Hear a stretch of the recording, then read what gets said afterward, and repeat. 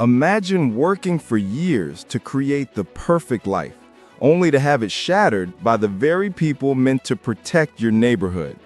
One homeowner thought he'd finally found peace, until the HOA decided his private property wasn't really his at all. Overnight, what belonged to him was taken, fenced off, and claimed as theirs. The rules he never agreed to suddenly became weapons used against him.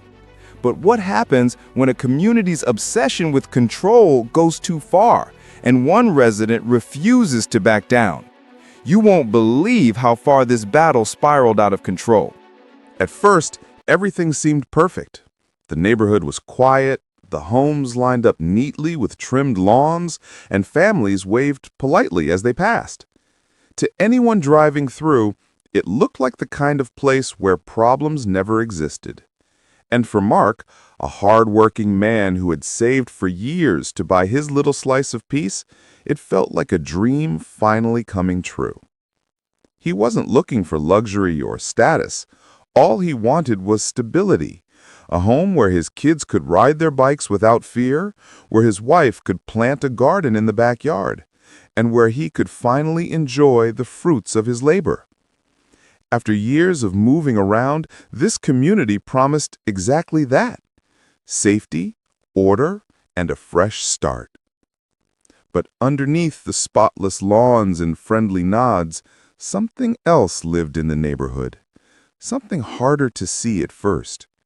It was in the whispered conversations at community meetings, the watchful eyes scanning every yard, the quiet disapproval when a car was parked an inch too far from the curb.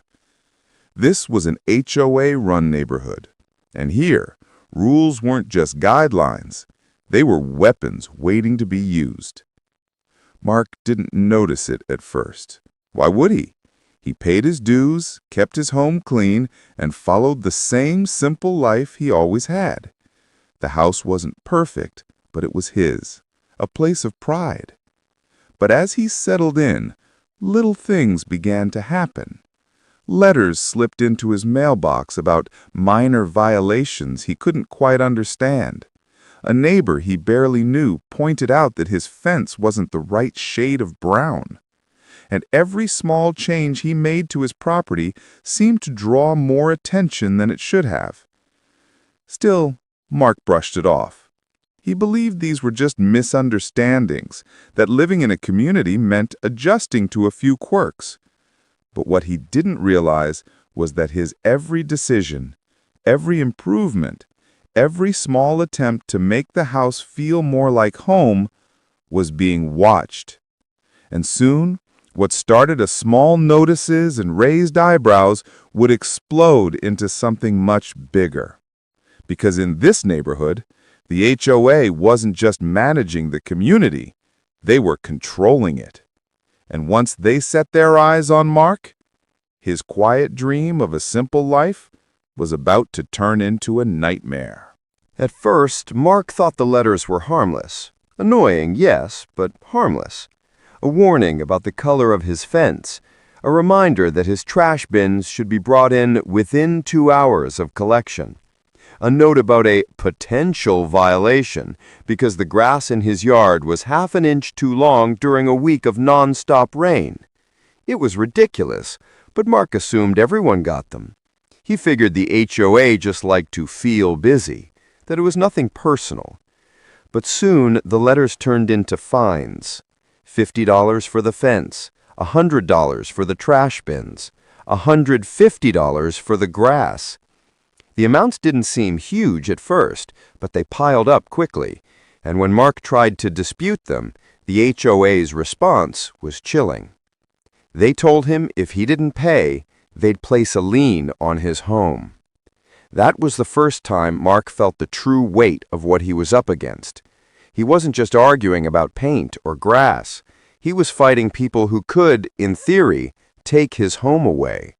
Suddenly, the rules weren't just silly annoyances, they were threats. Mark tried to reason with them. He attended a board meeting, thinking if he explained himself, if he showed how committed he was to the community, they'd back off. But when he walked into that small room with its folding chairs and glaring fluorescent lights, he realized the truth. This wasn't about rules. It was about control. The board sat behind a long table, expressionless as he spoke.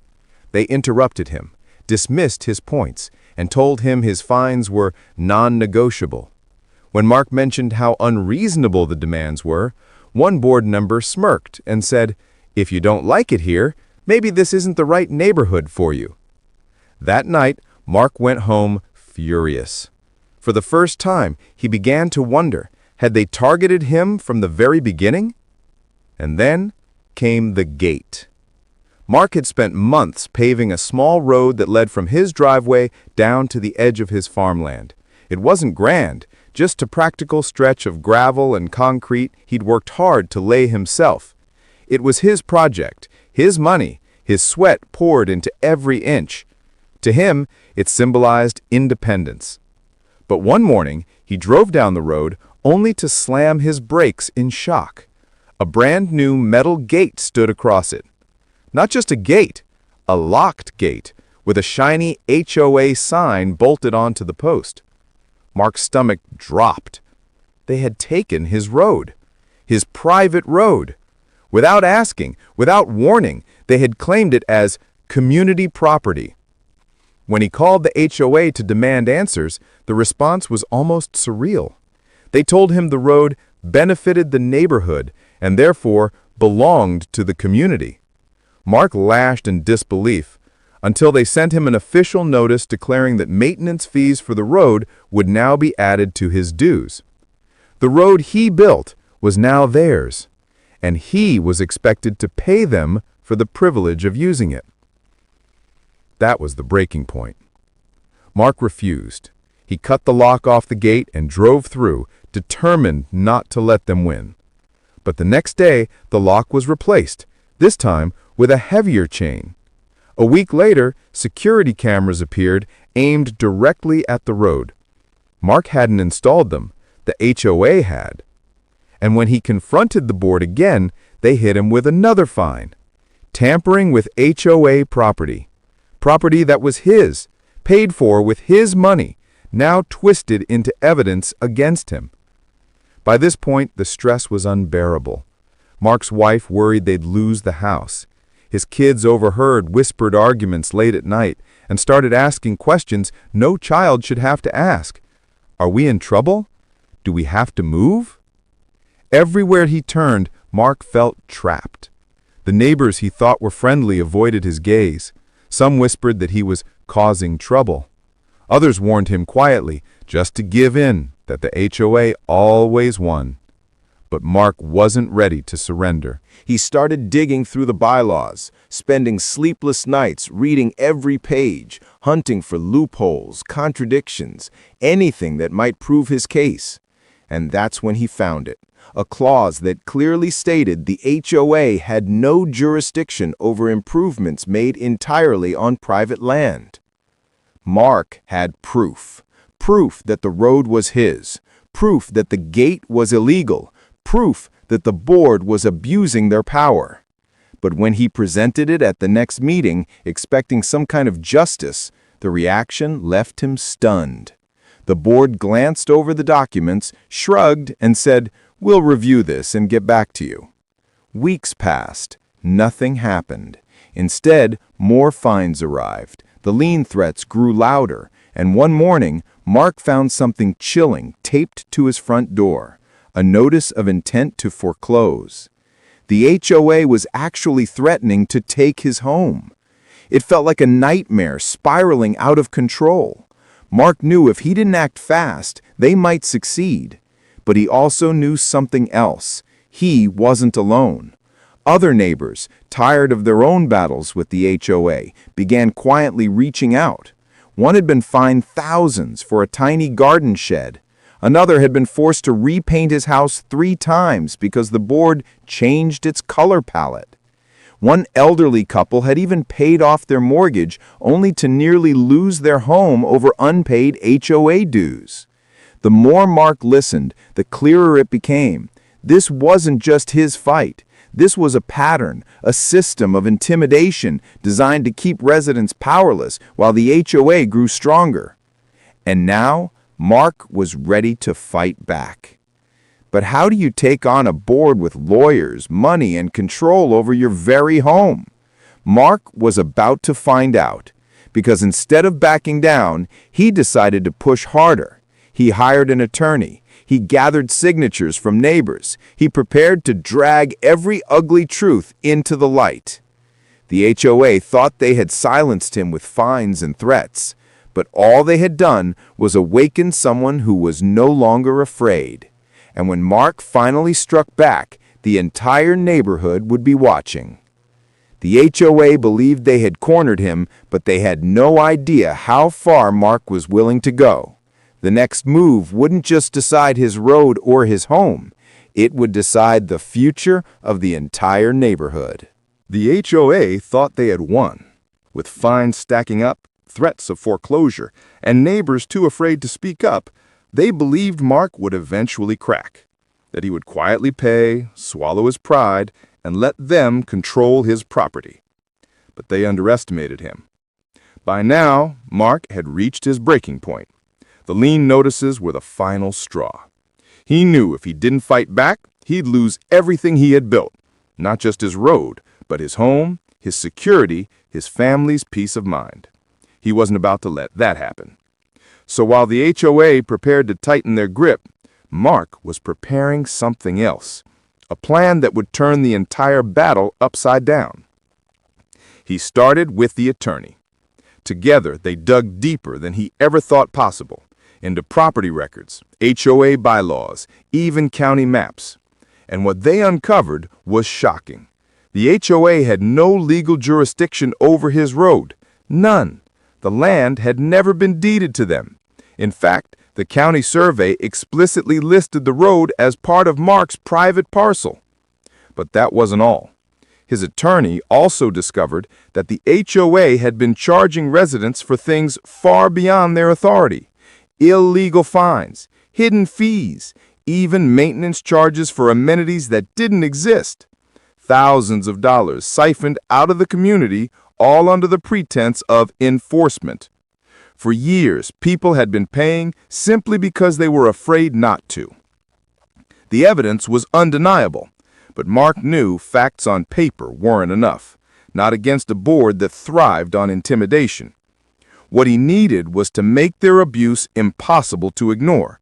He needed to drag everything into the open. The perfect opportunity came at the next HOA general meeting. The board expected another routine gathering. Residents filing in, listening quietly, maybe grumbling under their breath, but never daring to challenge authority. Mark had attended before, sitting silently in the back, dismissed and ignored. But this time, he didn't come alone.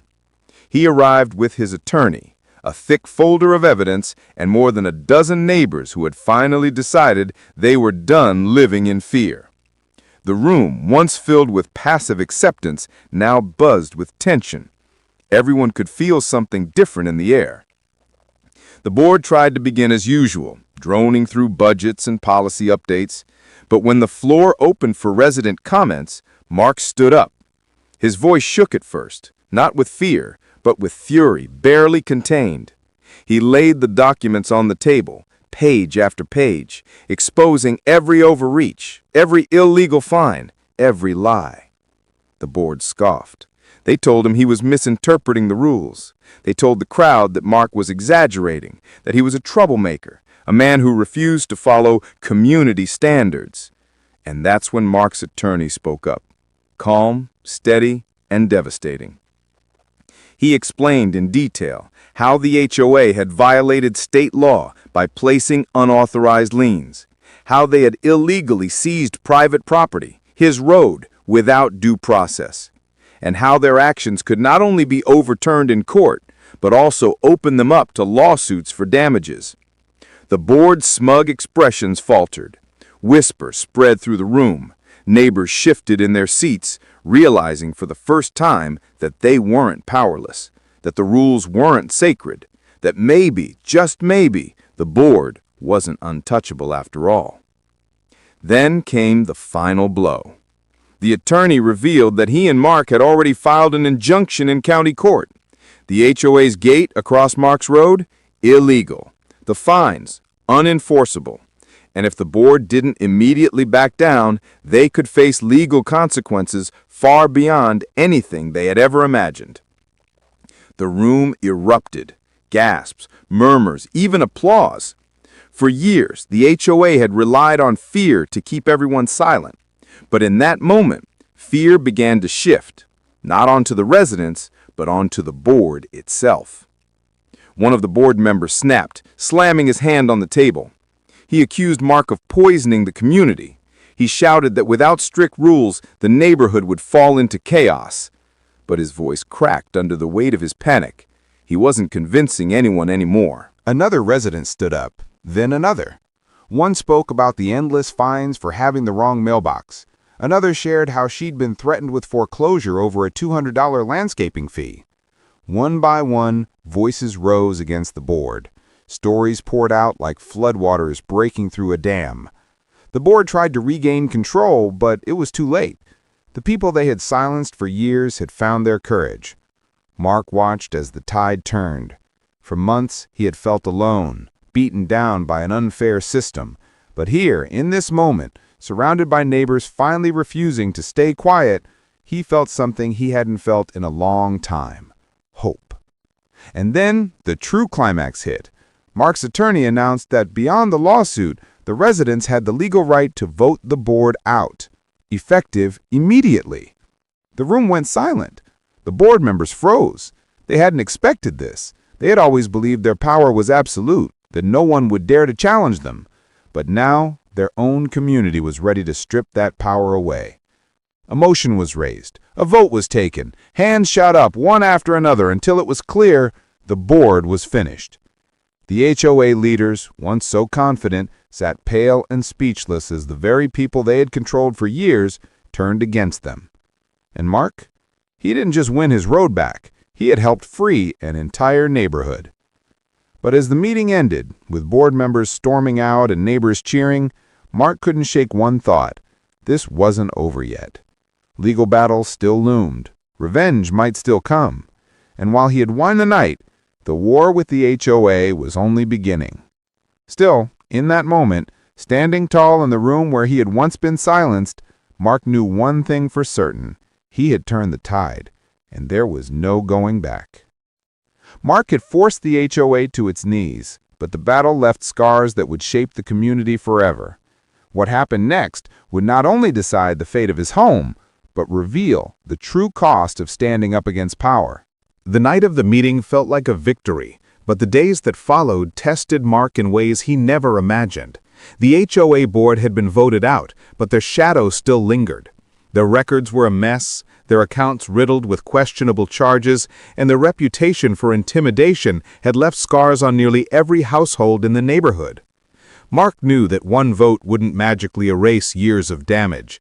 The community was fractured, and trust was fragile. People were relieved, yes, but they were also wary, wondering what came next, wondering if this was truly the end or just the beginning of another chapter in the same nightmare. The legal case against the former board pressed forward. Mark and his attorney worked tirelessly, presenting evidence of unlawful fines, illegal liens, and the unauthorized seizure of private property. The county court listened carefully, and after months of filings and hearings, the ruling came down. The gate across Mark's road? Illegal. Ordered to be removed immediately at the HOA's expense. The liens placed on his property? Invalid. Null and void. The thousands of dollars in questionable fines? Wiped clean. But perhaps the most powerful part of the ruling was what came next. The former board members were found personally liable for overstepping their authority. They would have to pay restitution not only to Mark, but to other residents who had been wrongly fined or threatened. For the first time, accountability reached the very people who thought they were untouchable. Mark's road was free again. He drove it for the first time without the cold shadow of a gate or the sting of injustice. His family gathered by the window to watch, cheering as he passed, finally reclaiming what was his. It wasn't just about gravel and concrete. It was about dignity. It was about standing up when it would have been easier to stay silent. The neighborhood began to change, slowly but surely. With the old board gone, residents elected new leaders, ordinary people who wanted fairness, not control. Rules didn't vanish, but they became reasonable. Trash bins, fence colors, and lawn heights stopped being weapons. Instead, they returned to what they were supposed to be: guidelines, not shackles. Neighbors who had once avoided eye contact began to speak again. Small gestures of solidarity emerged, waves from porches, shared stories of past battles, offers to help repair fences or plant gardens. For the first time in years, the neighborhood started to feel like a community. But the victory came with a cost. Mark carried the weight of stress and exhaustion from the fight. Sleepless nights, tense arguments at home, moments when he feared everything might collapse. Those scars didn't vanish overnight. His wife admitted she had been terrified, not just of losing their home, but of losing the peace they had worked so hard to build.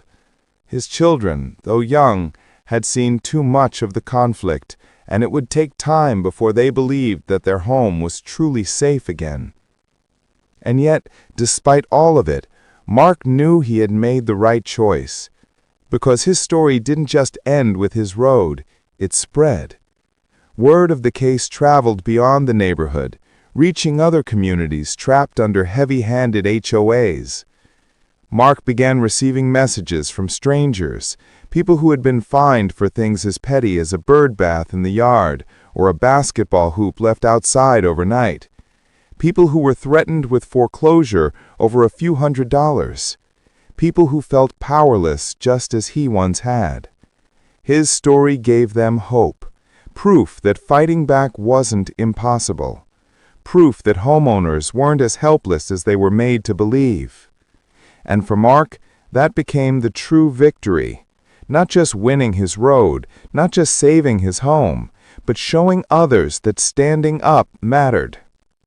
As months turned into years, the neighborhood flourished under new leadership. Gardens bloomed, children played freely, and barbecues returned to backyards that had once been clouded by fear of fines. The HOA existed, but it no longer ruled with an iron fist. Mark's road remained open, a quiet stretch of gravel, ordinary to anyone else, but to him, a symbol of everything he had fought for. Whenever he drove it, he felt the echo of the struggle, the weight of the battle, and the strength of what he had gained. And for those who asked him if it had all been worth it, the stress, the fear, the sleepless nights, he would pause, smile faintly, and answer simply, yes, because freedom, even in a neighborhood, is worth fighting for. In the end, Mark's story wasn't just about one man versus an HOA. It was about resilience, about how ordinary people, when pushed too far, can rise up and reclaim what's theirs, about the truth that power without accountability will always crumble in the face of courage. And so, as his community healed and his family thrived, the message of his battle lived on. No matter how small the injustice, no matter how impossible the odds, sometimes all it takes is one person brave enough to say, enough.